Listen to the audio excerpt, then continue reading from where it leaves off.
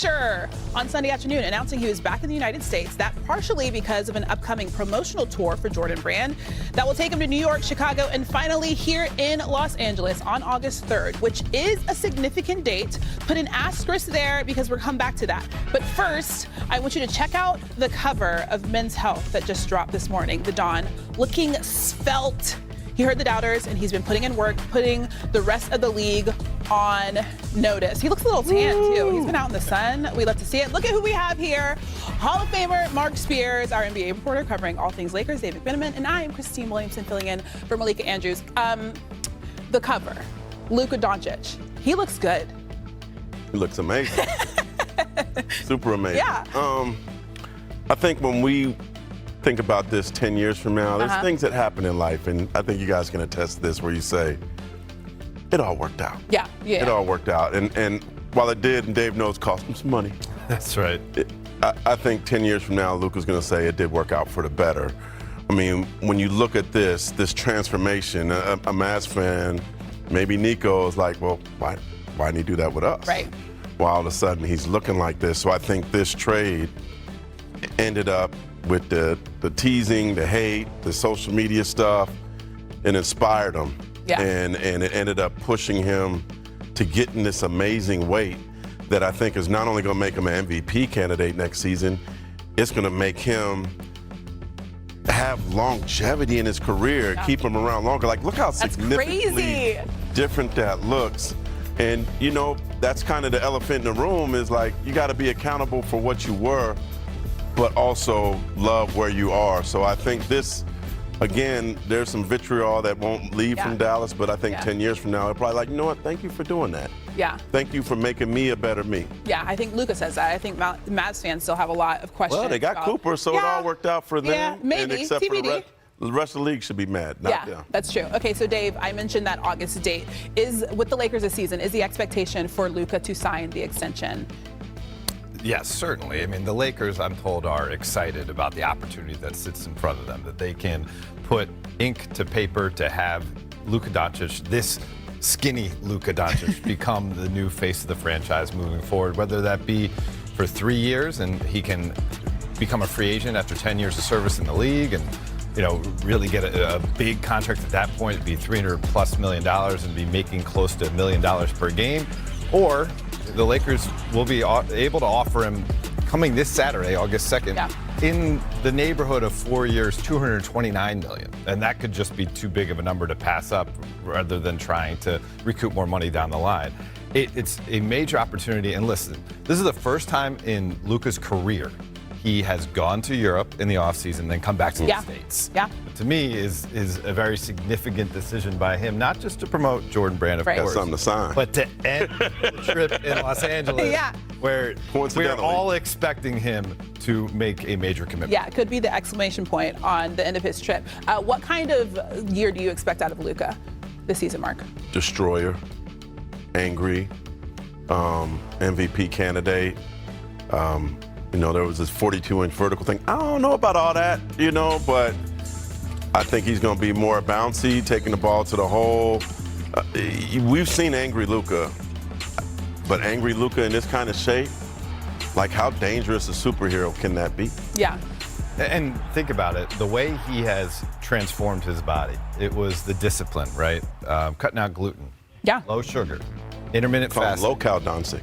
Low-cal dancing. A lot of protein, and maybe the most significant part about me, for me reading this story, was that he put basketball aside for about a month, and it was all body work. Yeah. And in the past, kind of for the Lakers coaches and even Mavericks coaches to try to motivate him to work out, was they needed to gamify it. They had to involve competition in basketball. Yeah. This was like, I'll take out all the competition. I'm just going to focus solely on getting my body to a good place, you know, lower inflammation with these dietary decisions. And there's going to be plenty of basketball on the back end, and I'll be better equipped for it. So to me, that was a more mature approach for Doncic. Okay, but the biggest question for me is, it was such a quick turnaround for him to make this change. Why could they not do this for him in Dallas? That's the biggest question. I think he has to answer that. Yeah, that's true. You know, and that's perhaps a big part of why he's not there anymore. Yeah. You know, I think for Dallas too, like, while you heard a lot of negative things, there probably is a lot of stuff that they're not saying. There's stories that I've heard that they're not saying. But ultimately, he has to be accountable. And he may not have been accountable with his words, but he's accountable with his body. Yeah. Because he made the change. Yeah, yeah. You inspire me, bro. I know, you inspire us all. I'm cutting out gluten and sugar, 250 milligrams of protein. I'm going to work on that this summer. Okay, so Luka, of course, is not the only Laker grinding this offseason. LeBron James is back from vacation and let everyone know he's back in the lab. 4:49 a.m. in LA. Quote, let's get it. You're 23. Coming soon. So Dave, there have been some doubts cast on LeBron's buy-in towards the Lakers this season. What does this post tell you about what LeBron is doing? He's extremely motivated for the opportunity in front of them. Kind of the last national conversation we had about LeBron was where's his head's at, because Rich Paul issued a statement to Shams Charania when LeBron opted into the 23rd year of his contract, and it was, well, we better have this team be very competitive, or, you know, LeBron recognizes he only has so much time left in his career and will prioritize finding a winning situation. He's doing what he needs to do in order to make LA be a winning situation next year. He was working out with Chris Johnson, the trainer, with Tyrese Maxey today. You know, that's, you know, another young, motivated guy who you get in the gym with Tyrese Maxey, you better get your stuff together. You can't go look like a 40-year-old guy. He'll blow right by you. And so this is a very good sign, a very good day for the Lakers, quite frankly. You have Luka Doncic wanting to prove to the world that it's not just Sasquatch videos that we've seen from overseas. Like, you can see me in the States looking skinny Luka, and we have LeBron following suit saying, I'm going to be right there with you just as motivated. And these are things that Kobe Bryant did, right? Kevin Garnett, I remember going to watch him work out at 7 a.m. in the morning in Las Vegas on a Labor Day weekend. Like, who does that? Kevin Garnett does that. And he wanted to be there at 5 a.m. They wouldn't let him into 6 because it was a holiday weekend. And I remember seeing him work out, and another guy didn't come in till like 7:30. It was Corey Maggette. And Garnett said, I asked him, why are you here so early? He said, I want to be the first person to put my feet in the sand.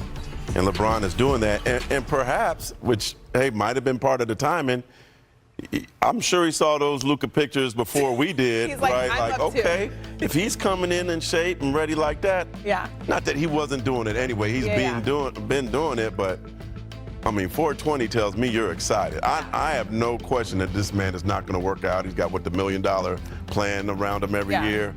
But to get up at 4:20, 4 in the morning is crazy. You're excited. Yeah. You're ready for next. I don't think it was 4:20. It was like 4:49. I think he was getting to the gym at 5 a.m. That's a different type of excitement at 4:20. Yeah. 4:40 is it's too early. It's too early for me. I'm not working out that I ain't waking up to 7. Okay, fair. That's a little ridiculous. Okay. Eventually, Luka will head back to Europe because FIBA Eurobasket 2025 starts in 30 days. Big news this morning that Nikola Jokic will officially be added to Serbia's roster as well, making them the favorites for the upcoming tournament. So here's a look at the odds according to ESPN Bet Sportsbook. Serbia is still looking for its first Eurobasket title as an independent country, followed closely by Germany and France. Giannis and Greece have 9-1 odds, and Luka and Slovenia are at 12-1. But we have to go back to the Joker. If Serbia wins, I am not sure he'd be as happy as he was this weekend. This weekend, back in his home of Serbia, Nikola Jokic's horse, Demon Deles, which we think translates to Demon of the East, won a harness racing title, and the Joker let his emotions go like we've literally never seen. Lifting up the cart and the driver, there were champagne showers for literally everybody. You can see it there. Very emotional. Like, sir. The poor jockey's probably like, bro, put me down. Mark, what does his reaction tell you?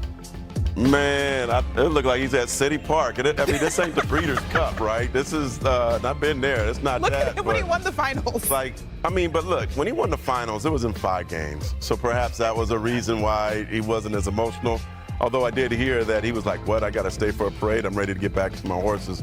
So it's okay to have other inspirations. You know, I like vinyl and wine. Okay. So you cry. I'm happy for him. I cry when I get a good bottle of Cardinal. Okay. I think this is just great, like, work-life balance, right? Like, he's going to be playing more basketball pretty soon for Eurobasket, but go make sure that you're enjoying your life, enjoying the fruits of your labor, and that can refresh you mentally, physically, everything. That horse must have really bad odds, right, to be. He's that emotional. Okay, but this is how I look at it. I see, like, you loved your mom and you loved your husband I'm saying I don't have one, but you know what I mean. You love different people differently. I don't think any of us. So you're right.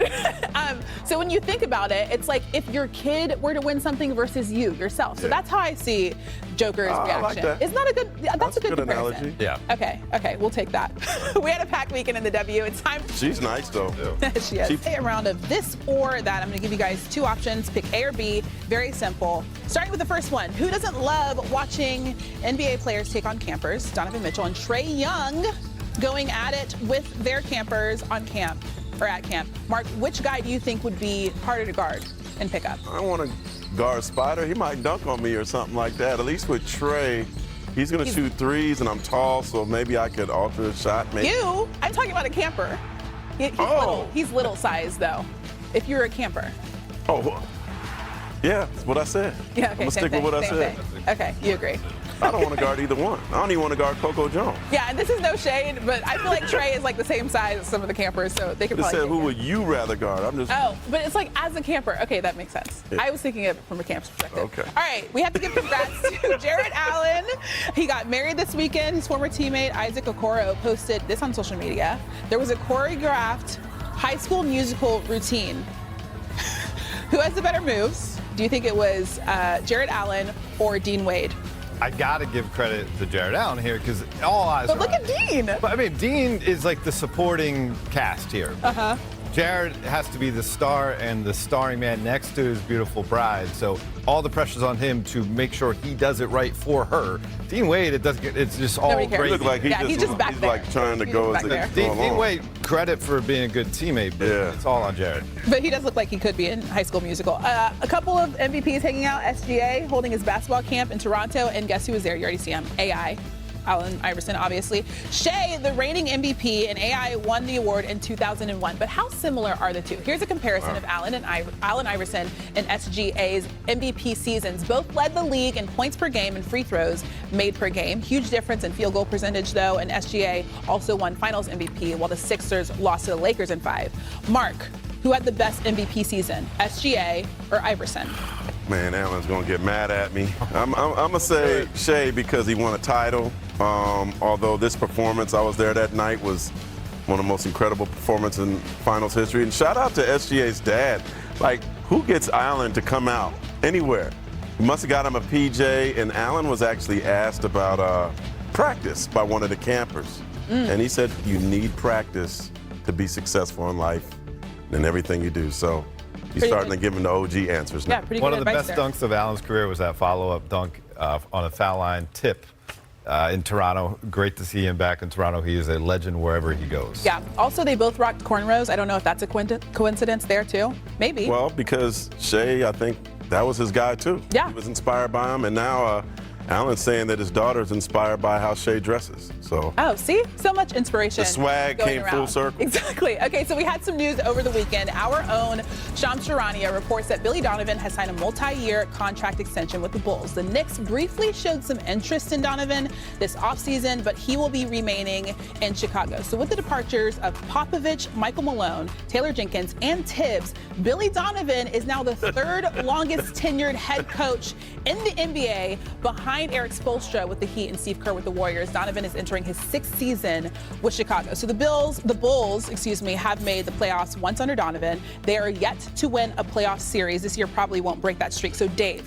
what needs to happen in Chicago to change the future of the franchise? I mean, obviously, I spent a lot of my day job covering the Lakers, and seeing them have their major franchise sale over the summer for a valuation of $10 billion makes you think about the Reinsdorfs in terms of they're one of the remaining family-run businesses where their main stream of revenue is from their teams. It's not like they have some outside